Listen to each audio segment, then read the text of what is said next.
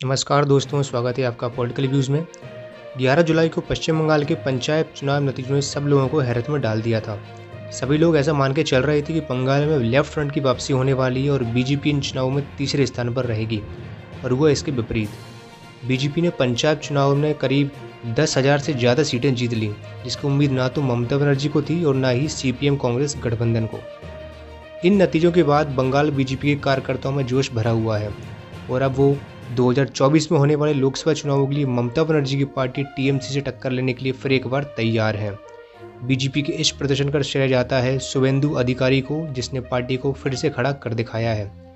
तो वहीं दूसरी तरफ सीपीएम एवं कांग्रेस पार्टी ने मालदा एवं मुर्शिदाबाद बेल्ट में उम्मीद से अच्छा प्रदर्शन करके ममता बनर्जी की नींद उड़ा दी है, क्योंकि ये मुस्लिम बहुल क्षेत्र है जो ममता बनर्जी का गढ़ बन चुका था।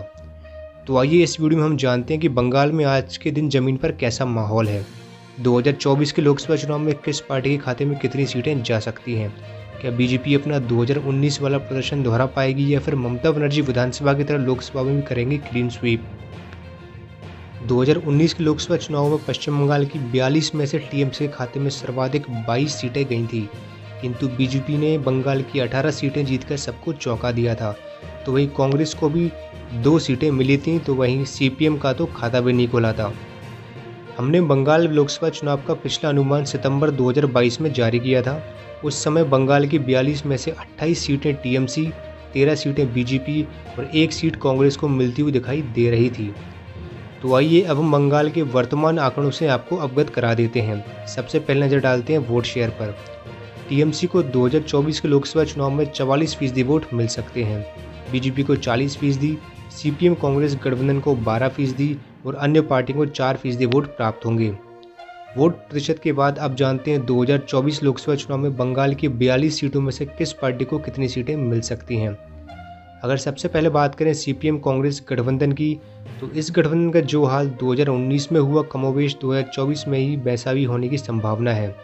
हालांकि मुस्लिम बहुल सीटों पर इस बार ये गठबंधन टीएमसी को कड़ी टक्कर देता हुआ दिखाई दे सकता है, जैसा कि हमें पंचायत चुनाव में देखने को मिला है। हमारे अनुमान के अनुसार सीपीएम कांग्रेस गठबंधन 1 से 3 सीटें जीतने में कामयाब हो सकता है। लेफ्ट और कांग्रेस के बाद नंबर आता है बीजेपी का। विधानसभा चुनाव के बाद कई बड़े नेताओं ने बीजेपी छोड़कर टीएमसी का दामन थाम लिया था। इसमें मुकुल रॉय, बाबुल सुप्रियो और अर्जुन सिंह जैसे नेता भी शामिल थे। हालांकि उसके बाद शुवेंदु अधिकारी ने जमीन पर पार्टी के लिए फिर से समर्थन जुटाने में सफलता हासिल की। वर्तमान में बीजेपी 16 से 20 सीटें जीत सकती है। वहीं बात करें टीएमसी की, तो जहां आज से कुछ महीने पहले तक लग रहा था कि ममता बनर्जी 30 से ज़्यादा सीटें जीतकर बीजेपी का सूफड़ा साफ कर देंगी, तो अब उनकी सीटों में कमी होती हुई दिखाई दे रही है।